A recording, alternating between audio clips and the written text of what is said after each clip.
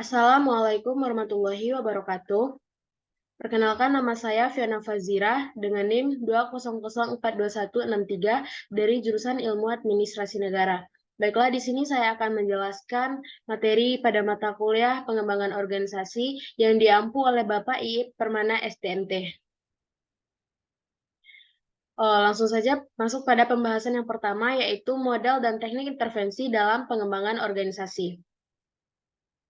Pengembangan organisasi merupakan sarana untuk mencapai tujuan organisasi. Suatu organisasi juga senantiasa dapat menyesuaikan diri dengan perkembangan zaman. Sasaran pengembangan organisasi mengarah pada hubungan pribadi yang lebih efektif antara manajer dan karyawan di semua jenjang organisasi guna menghapus hambatan-hambatan komunikasi antar pribadi dan kelompok. Pengembangan organisasi bertujuan untuk meningkatkan keefektifan kerja organisasi. Dalam praktiknya, pengembangkan organisasi menggunakan teknik intervensi berencana terhadap proses dalam organisasi dengan memanfaatkan teori-teori perilaku organisasi. Intervensi pengembangan organisasi dilakukan oleh manajer atau konsultan atau anggota dengan sasaran individu, kelompok, dan organisasi. Kemudian pendekatan dasar intervensi.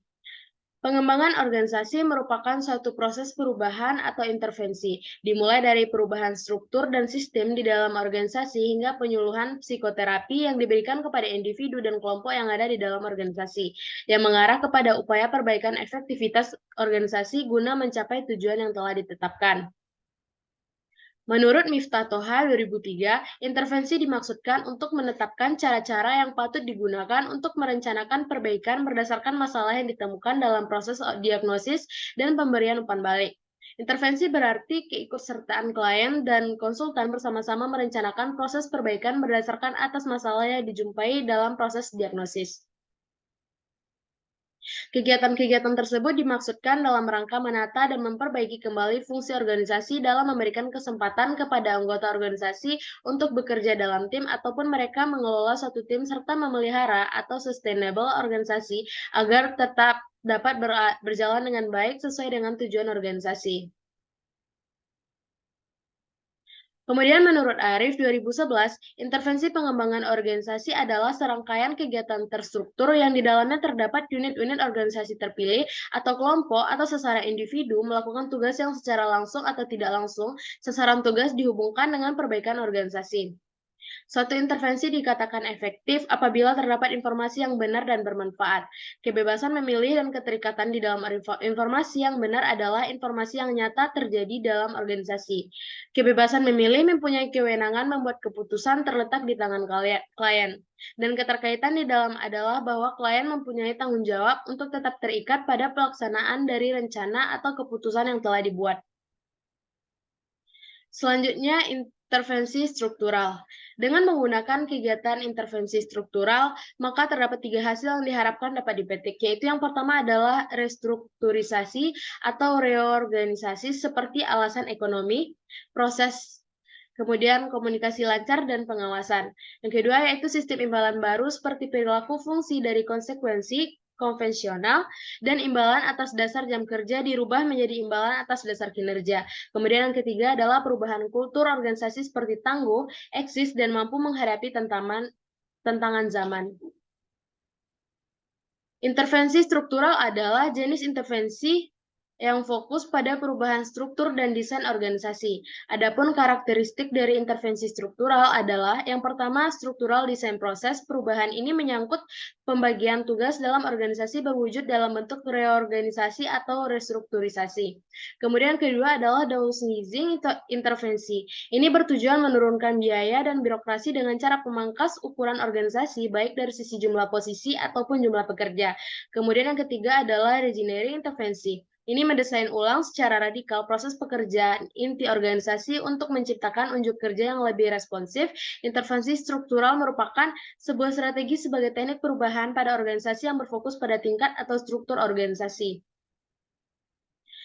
Dalam intervensi struktural diharapkan terjadi perubahan pada restrukturisasi atau reorganisasi atau reorganisasi, sistem imbalan yang baru, dan perubahan kultur organisasi. Kemudian menurut Siagian, pada 1995 terdapat 3 alasan mengapa dilakukannya intervensi struktural khususnya pada restrukturisasi, yaitu yang pertama bersifat ekonomi, kemudian mengurangi tingkat hierarki kewenangan dalam organisasi, dan dengan rentang kendali yang melebar, biasanya kelompok kerja memiliki otonomi yang lebih besar karena tidak mungkin seorang manajer mengendalikan semua bawahannya.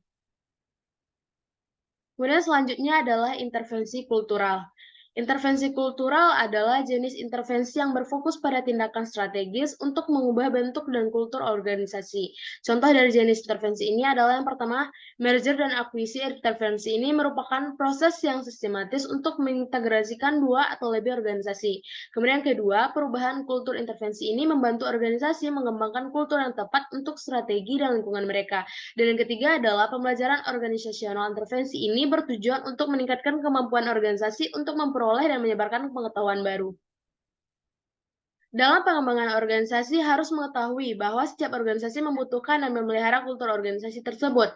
Meskipun kultur budaya dianut oleh masyarakat luas, bahkan pada tingkat bangsa dan negara.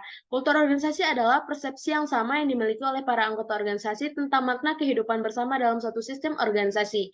Kultur organisasi berfungsi untuk yang pertama adalah menentukan batas-batas berperilaku bagi para anggota organisasi, kemudian yang kedua, menumbuhkan perasaan teridentifikasi dengan organisasi di kalangan para anggotanya. Yang ketiga, menumbuhkan komitmen bagi keberhasilan organisasi. Keempat, yaitu menjamin stabilitas organisasi. Dan kelima adalah berperan sebagai mekanisme pengendali dalam kehidupan bersama karena kultur organisasi mengikat semua orang dalam organisasi yang bersangkut. Baiklah, cukup sekian yang dapat saya sampaikan. Mohon maaf jika ada kesalahan dan kurang lebihnya. Assalamualaikum warahmatullahi wabarakatuh.